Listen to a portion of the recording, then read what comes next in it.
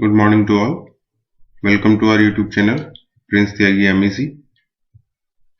Friends, आज के इस वीडियो में हम प्रोडक्शन टेक्नोलॉजी सब्जेक्ट का तीसरा लेक्चर लेकर आए हैं, जिसमें हम डिस्कस करेंगे हीट जनरेशन ड्यूरिंग मशीनिंग।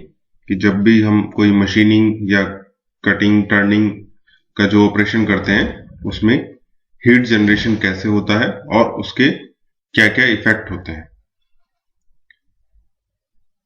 तो फ्रेंड्स, स्टार्ट करते हैं। हीट जनरेशन ड्यूरिंग कटिंग और ऑपरेशन और मशीनिंग ऑपरेशन। तो बेसिकली जब कोई टूल की मदद से हम किसी भी जॉब पर मशीनिंग ऑपरेशन करते हैं तो वहां पर हीट जनरेशन होता है और उस हीट को हम 3 जोन में डिवाइड करते हैं। यहां पर आप देख रहे हैं, ये हमारा वर्क पीस है जिसकी मशीनिंग हमको करनी है, और ये टूल है जिसकी मदद से हम मशीनिंग करेंगे। तो ये टूल राइट से लेफ्ट की तरफ मूव कर रहा है। तो टूल जब वर्क पीस के अगेंस्ट में मूव करता है तो जो टिप के आगे का मटेरियल है वो स्क्वीज होता है, वो उसको प्रेस करता है, और एक समय के बाद जब ये जो स्क्वीज मटेरियल है वो अपने पेरेंट मटेरियल से अलग हो जाता है, शेयर हो जाता है और चिप की फॉर्म में वो निकल जाता है। तो ये हमारा बेसिक ऑपरेशन होता है मशीनिंग का, कि टूल की टिप के आगे जो मटेरियल है उसको टूल कंप्रेस करेगा और एक लिमिट के बाद वो कंप्रेस्ड मटेरियल शेयर हो जाएगा, अलग हो जाएगा पेरेंट मटेरियल से। किस फॉर्म में? चिप की फॉर्म में। अब इस ऑपरेशन में आप देख रहे हैं हमने 3 यहां पर जोन्स बनाए, 1, 2 एंड 3। तो इन तीनों जोन में हीट जनरेशन होता है। और ये जो आप देख रहे हैं ये बहुत ही इंपॉर्टेंट यहां पर एक लाइन है जिसको हम बोलते हैं शेयर प्लेन। हम ये अज्यूम करते हैं कि जो मटेरियल रिमूव हो रहा है वो इस शेयर प्लेन से रिमूव हो रहा है, यानी कि जो फोर्स है वो यहां पर मैक्सिमम होती है और इस जगह पर मटेरियल चिप की फॉर्म में रिमूव हो रहा है। तो 3 जोन कौन कौन से हैं? पहला है प्राइमरी डिफॉर्मेशन जोन, जहां पर मटेरियल कंप्रेस हो रहा है और उसके बाद उसका प्लास्टिक डिफॉर्मेशन हो रहा है। तो ये कौन सा जोन है? जो हमारी टूल टिप के आगे है, ये है प्लास्टिक डिफॉर्मेशन जोन, जिसको हम प्राइमरी डिफॉर्मेशन जोन भी कहते हैं। दूसरा है सेकेंडरी डिफॉर्मेशन जोन, जो ये वाला है।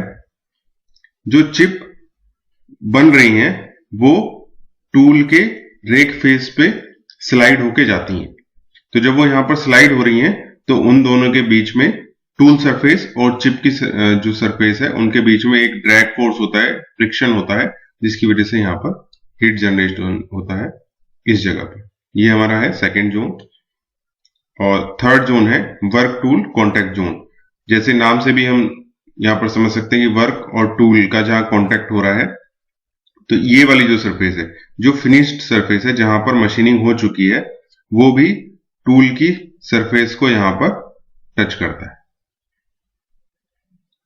इस जोन में भी फ्रिक्शन फोर्स की वजह से या बर्निशिंग, जिसको हम कहते हैं रबिंग की वजह से, यहां पर हीट जनरेशन होती है। तो अब एक एक करके हम इनको डिटेल में समझेंगे कि हीट जनरेशन से क्या इफेक्ट होते हैं और ये जो कटिंग ऑपरेशन है उस पर क्या क्या प्रभाव डाल सकते हैं। सबसे पहले प्राइमरी डिफॉर्मेशन जोन, यानी कि हमारा जोन 1, ये सबसे इंपॉर्टेंट है क्योंकि जो कटिंग है या मेटल रिमूवल का ऑपरेशन है वो इसी जोन में यहां पर हो रहा है।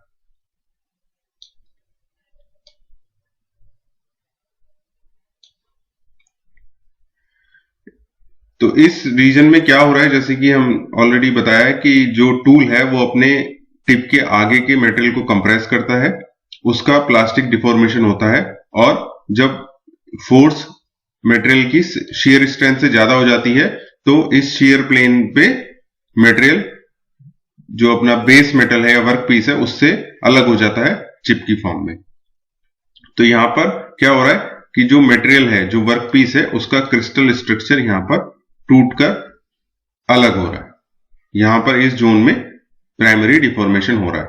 तो यहां पर मैक्सिमम फोर्स या मैक्सिमम पावर कंजप्शन इसी जोन में होती है, क्योंकि यहां पर हम मटेरियल को चिप की फॉर्म में अलग कर रहे हैं। अप्रोक्स 70 to 80% जो एनर्जी हम सप्लाई करते हैं या बाहर से पावर हम देते हैं वो इसी जोन में यहां पर कंज्यूम होता है, क्योंकि यहां पर हम मटेरियल का प्लास्टिक डिफॉर्मेशन कर रहे हैं। मेटल प्लास्टिक डिफॉर्मेशन होता है और शियर स्ट्रेंथ से ही ज्यादा फोर्सेस होंगे इस जो मटेरियल है, एक्स्ट्रा मटेरियल है, जो कंप्रेस्ड मटेरियल है, वो चिप की फॉर्म में अलग हो जाए।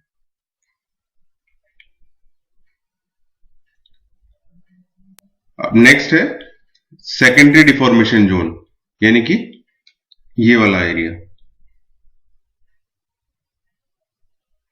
जहां पर जो चिप फॉर्म हो रहे हैं, चिप बन रहे हैं, वो टूल की सरफेस यानी कि रेक वाला जो फेस है उसके ऊपर स्लाइड करते हुए जा रहे हैं, तो वहां पर भी वो फ्रिक्शन डेवलप करेंगे। तो अप्रोक्स 20 to 25% जो एनर्जी है वो यहां पर कंज्यूम होती है।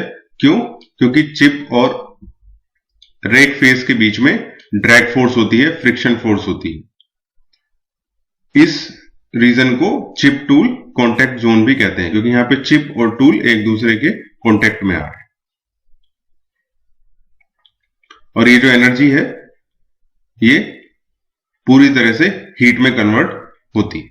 जो भी एनर्जी यहां पर फ्रिक्शन या ड्रैग के रूप में कंज्यूम हो रही है वो पूरी की पूरी हीट में कंज्यूम हो जाती है। जबकि जो हमारा रीजन 1 है, इसमें जो एनर्जी है वो प्राइमरीली मटेरियल को शीयर करने के लिए, यानी कि बेस मटेरियल से चिप फॉर्म करने के लिए यूज होती है। और जो हमारा जोन 2 है, सेकेंडरी डिफॉर्मेशन जोन, यहां पे जितनी भी एनर्जी कंज्यूम हो रही है पूरी की पूरी हीट में कन्वर्ट हो जाती है। नेक्स्ट है वर्क टूल कांटेक्ट जोन, यानी कि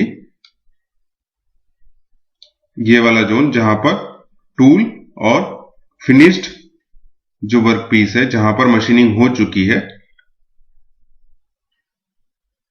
उस जोन में जहां पर ये दोनों एक दूसरे को टच कर रहे हैं, उस जोन में हीट जो जनरेशन होती है उसको हम बोलते हैं वर्क टूल कांटेक्ट जोन। यहां पर जो हीट जनरेशन होता है वो टूल और वर्कपीस के बीच में रबिंग या बर्निशिंग एक्शन से होता है। इनिशियली जब नया टूल से मशीनिंग स्टार्ट करते हैं तो सरफेस फिनिश बहुत ही स्मूथ होती है और टूल के कोई भी मार्क उस पर नहीं पड़ते। लेकिन जैसे जैसे टूल पुराना होता जाता है, टूल वियर होता है, एक कुछ मार्क्स हमारे मशीनिंग वाले सरफेस पर बनने लगते हैं, जिसे हम वियर लाइन बोलते हैं। अब जैसे जैसे ये वियर ज्यादा होगा, वियर लाइन बड़ी होंगी, तो ये जो रबिंग एक्शन है ये भी इंक्रीज होगा और ये पूरा का पूरा जो यहां पर एनर्जी कंज्यूम होगी वो हीट जनरेशन में रिमूव होती है। इसको कम करने के लिए टूल को रिलीफ एंगल दिया जाता है, जो हमने पिछले वीडियो में डिटेल में डिस्कस किए हैं। क्लियरेंस एंगल या फिर रिलीफ एंगल दोनों एक ही चीज है, तो वो प्रोवाइड करके इसको कम किया जाता है। लेकिन जैसे जैसे टूल पुराना होता जाता है इस जोन में हीटिंग बढ़ती जाती है। अभी तक हमने डिस्कस किया कि जो हमारे 3 जोन्स हैं, primary deformation zone, secondary deformation zone और work piece and tool contact zone, इन तीनों में हीट जनरेशन कैसे होता है। अभी जो हमारे 3 कंपोनेंट्स हैं यहाँ पे, एक वर्क पीस, चिप और टूल, तो इनमें जो हीट ये कैसे कैरी करते हैं, इनमें डिस्ट्रीब्यूशन कैसे होता है, वो हम डिस्कस करेंगे। तो जो चिप है, जैसे कि हम जानते हैं कि चिप मेन वर्क पीस से अलग हो जाता है, तो वो अपने साथ करीब 60 5 से 70% जो हीट जनरेट हो रही है उसको अपने साथ में वो कैरी करता है या ले जाता है। नेक्स्ट जो टूल है, tool approx 15 to 20% of total heat generated, जो पूरी हीट जनरेट हो रही है उसका अप्रोक्स 15 to 20% वो एब्जॉर्ब करता है। और नेक्स्ट है वर्कपीस, जो अप्रोक्स 10 to 15% ऑफ हीट को एब्जॉर्ब करता है या अपने साथ कैरी करके ले जाता है।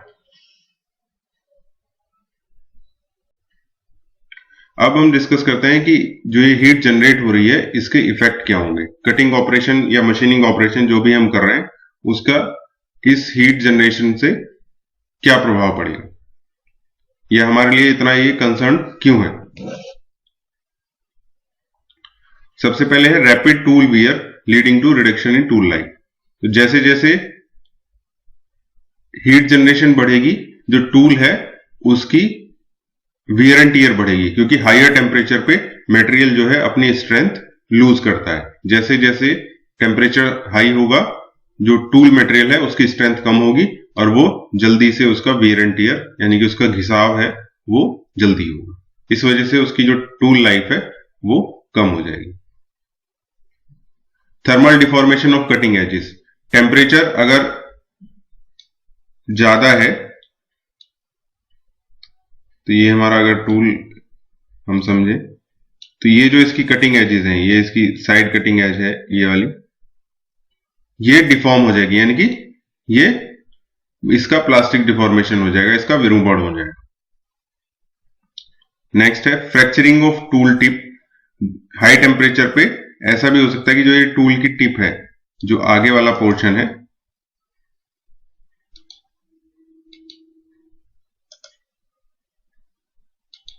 ये यहां से आगे से टूटकर अलग भी हो सकता है, क्योंकि हाई टेम्परेचर पे टूल की स्ट्रेंथ कम हो गई है और फोर्सेस लेकिन उतना ही है, तो हाई फोर्सेस की वजह से ये टूल की टिप टूट भी सकती है।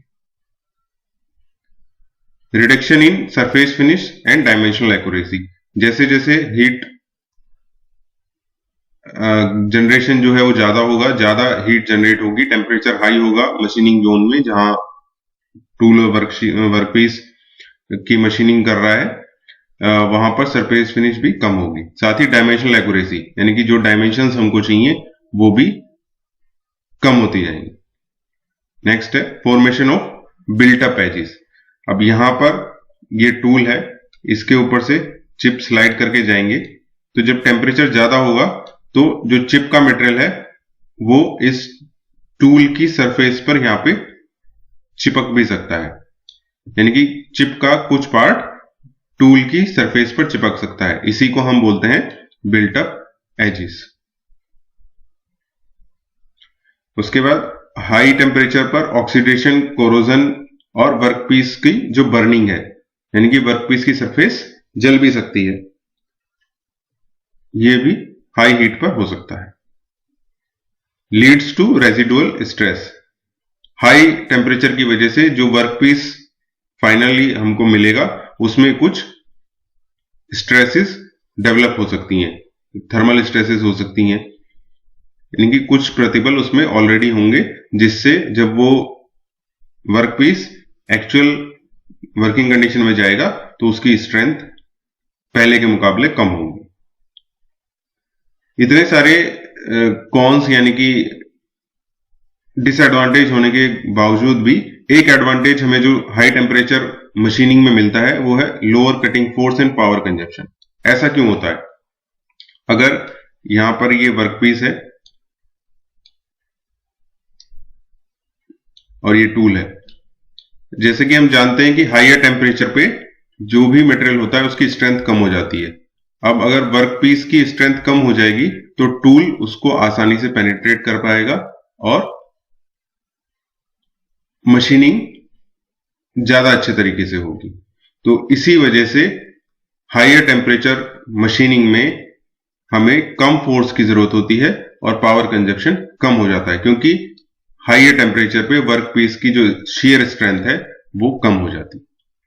बट इस एडवांटेज के बावजूद भी टेम्परेचर जो है उसको विद इन रेंज रखा जाता है और इसके लिए हम यूज करते हैं कटिंग फ्लूइड्स का,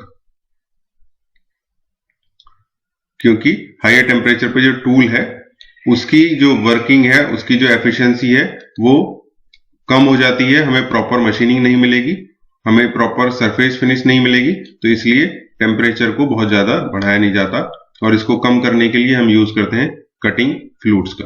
तो कटिंग फ्लूइड्स के बारे में हम आने वाले चैप्टर्स में बहुत ही डिटेल में पढ़ेंगे। तो फ्रेंड्स, आज के वीडियो में इतना ही। नेक्स्ट वीडियो में हम डिस्कस करेंगे इंपॉर्टेंट फैक्टर्स जो कटिंग या मशीनिंग ऑपरेशन को इफेक्ट करते हैं, जैसे कि स्पीड, फीड, कट, इनके बारे में हम आने वाले वीडियो में डिस्कस करेंगे। अगर आपको ये वीडियो अच्छा लगा हो तो हमारे चैनल को सब्सक्राइब करें, बेल आइकन प्रेस करें, साथ ही आप हमारे टेलीग्राम चैनल को भी ज्वाइन कर सकते हैं जिसका लिंक डिस्क्रिप्शन बॉक्स में दिया हुआ है। And thank you for watching.